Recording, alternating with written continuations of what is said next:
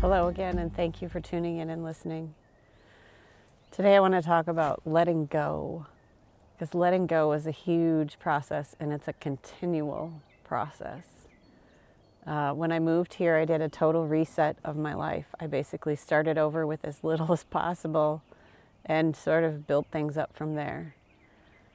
But I noticed very quickly after I moved here that I was already starting to collect more stuff again and start to continue patterns that had gotten me into trouble in the past, that had led me away from my true self rather than towards my true self. So the letting go process is an ongoing process. It was very freeing for me to let go of most of my physical possessions when I moved here. I had a very minimal lifestyle because I didn't have that much and I didn't have money to invest in having a lot of things. But there's always that tendency to think that we need more in our lives.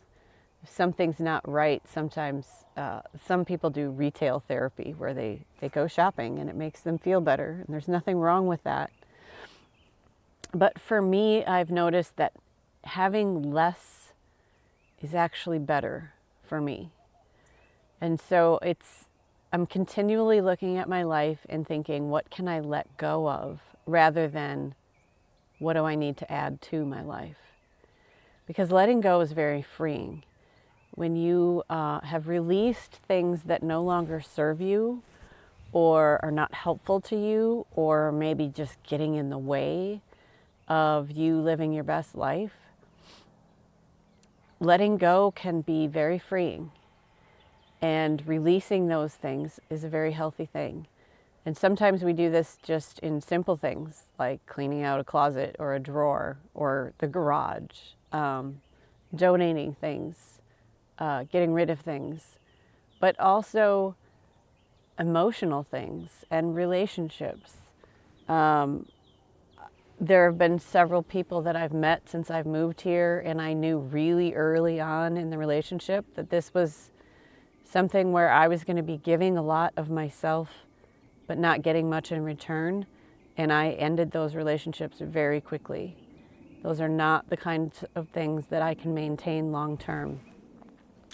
If there is a gift in having a chronic medical condition like fibromyalgia, the chronic pain and fatigue causes me to be much more selective about where I spend my time and energy, because I realize that it's very limited and that if I don't take care of myself, I will run out of energy.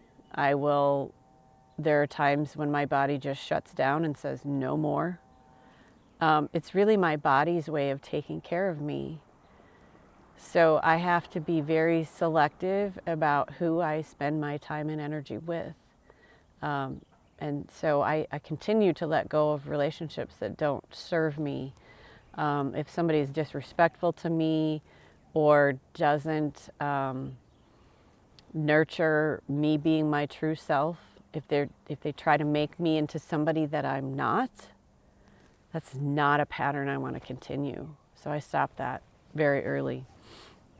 And there might be other things in your life, distractions that keep you from your relationship to yourself or your relationship to God.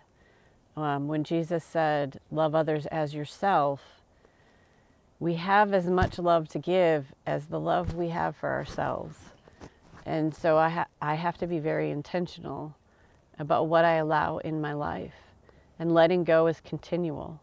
We're in Lent right now, and it's really good to let go of things for Lent, and it could be anything, not just chocolate or things that you eat, but patterns, or if you spend too much time watching TV, or